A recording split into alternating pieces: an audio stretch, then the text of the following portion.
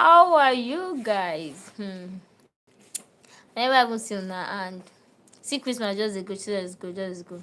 But make I leave that my talk till when I finish. Anyway, I say make I just borrow una today. Normal suppose rest today. But I say today no go, no go nice if today just go. At least make I for use this one do Merry Christmas gift for una.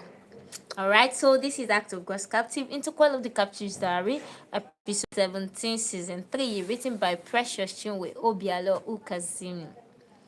Alright, so let us listen to today's episode, or should I call it the Christmas episode?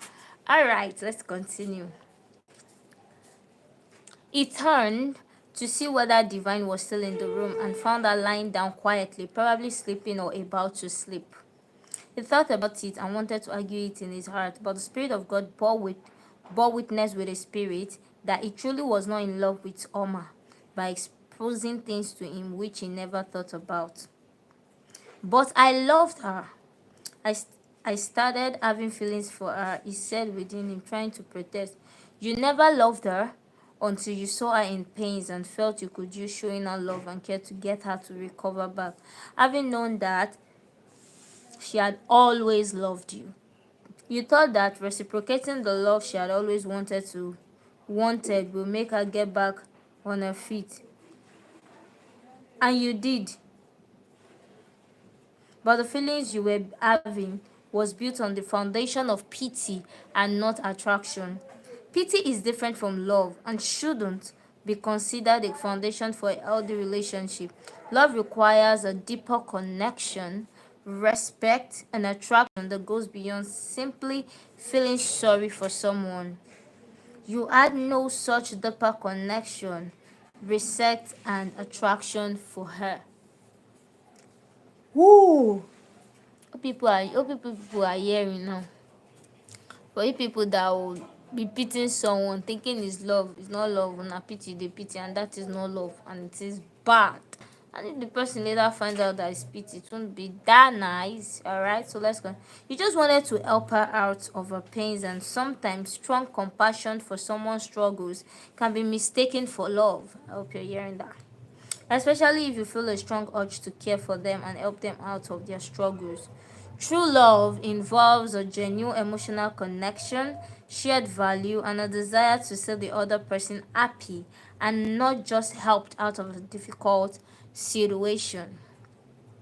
Because you were called upon by Oma's parents to come and pray for her and also stay with her as requested by Oma, you developed a subtle rescue mentality and was drawn to helping her because you perceived her as vulnerable and in need of your help. So this desire to help her was mistaken for love, when out of pity you began to care and show her love.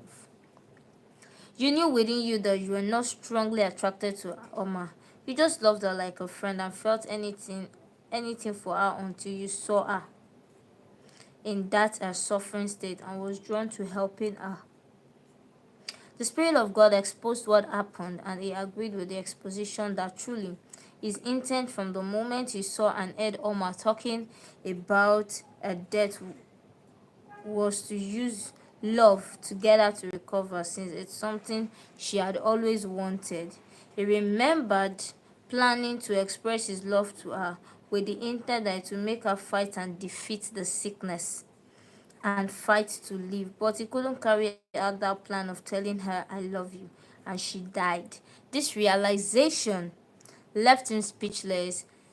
He was quiet and stared into space with his mind totally shut down with overwhelmment. I hope we are understanding this right now. Love and pity are two different things. And sometimes out of pity, the person you are trying to pity might not know, might even mistake it for love. So that is why we need to put boundaries in these things that we do. And even we ourselves, in the process of pitying somebody, you might, to you, it might look as though you are falling in love with the person. But anyhow, now don't see him now. But I still want the anointing, he said to himself with determination. That was the day he stopped mourning for Oma. He turned his trauma into desperation for the miraculous anointing, still having intense hatred for death, especially that of a young person. Okay. Let us change. We want to change room now. We want to change location from one room to another room. So let us move. Pastor Maxwell and Auntie Blessing had been getting along well in Unamdi's house. They had little conversations around the house, but never had the opportunity to sit down together and talk deeply, in order to know more about each other. But this particular afternoon, Blessing was alone in the kitchen baking cake for the family when he walked into the kitchen to take water and found her. Sister Blessing, do you rest at all? There's never a time you're not seen doing one thing or the other. When do you find time to rest? He asked in a friendly manner, and she smiled.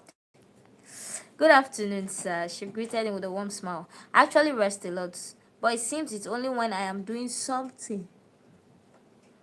Excuse me, sorry. It's only when I'm doing something that you see me. It's even no much work in. There's even no much work in this house. She replied his question. Okay, thanks for the explanation, but I've been wondering if you rest at all. Some women are workaholic. They're always looking for what to do compulsively, and I was already thinking you're one of those workaholic women. One of my aunts is like that. She can't look away from work. In fact, resting makes her restless. If you are in that group, raise up your hand. Oh. She said, and they both laughed about it. You're funny, she said, laughing. I love working though, but I'm not a workaholic. I rest a lot. She assured him. It's a big relief to hear that, because too much work and no rest can break you down. And I don't want that to happen. Hey, where is that coming from? He said, and she smiled again, feeling good that he cared about Sister Blessing. After all your cast and binding. Thank you, sir. She told him, smiling, and she continued what she was doing. You know how to bake? He asked, seeing what she was doing. Yes, sir, she replied, still maintaining the warm smile. Oh, wow, that's amazing. He exclaimed. You studied it in school as a course, or you learned it as a skill? He asked her. Both, sir.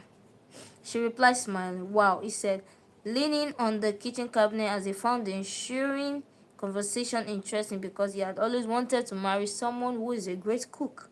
And that was one thing he enjoyed in Sister Pat when they were together. To-do list, tick number 1. Great cook. Sister Blessing has passed that test. Let's continue.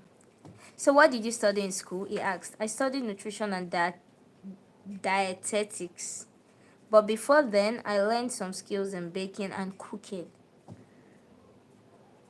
And I also had a personal business in that line, she replied him. You had a business in that line? So what happened to the business? He asked inquisitively, and she smiled. I was duped, and I lost almost everything I worked for. In fact, I even incurred some debt and had to sell up some of my business materials to clear the debt. She told him, wearing a sad smile, and he sympathized with her. Oh my God. That's so bad. It's a pity you went through all of that. You must have trusted the person too much to have entrusted so much amount of money into his or her hand. Why didn't you involve the police? The police, he asked her, and her countenance changed totally in sadness and regret. She shook her head in the negative. To avoid talking. Because she might start crying if she opens her mouth further. She could have involved You could have involved the police, or is it a family member? He asked her, and again she shook her head in the negative while trying hard to avoid talking. It was someone I was engaged to. Child. Love, wanting thing. Child. Yeah. That one made something to enter my eye. Sorry. She replied, I was naive and didn't have any evidence to prove that I gave him such amount of money. I trusted him so much, she said, and broke down. Oh my god.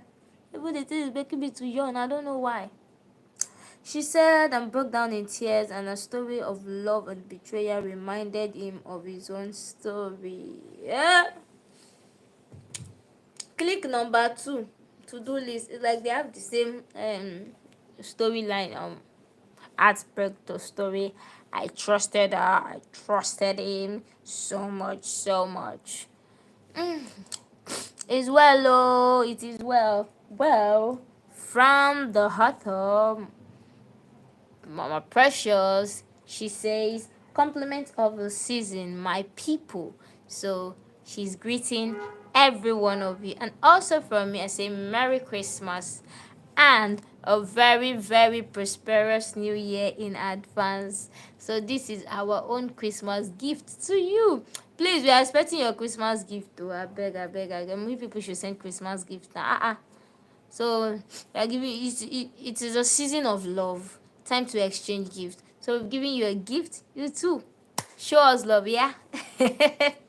Alright, people. Merry Christmas. I love you guys. Please don't finish that chicken. Please, please, please, please. Do not finish that chicken. It's very important. Send my own via WhatsApp, via video. You can send my chicken via the comment section, the like section, anywhere. Even if not the other one, details, anyone, you can send the chicken. Every chicken is chickenable. Alright, have a beautiful and lovely Christmas. See you in 2025. Okay, no, don't worry. I might still come back tomorrow. But yes, I'm going to see every one of us in 2025. Have a beautiful and lovely day. Enjoy your Christmas.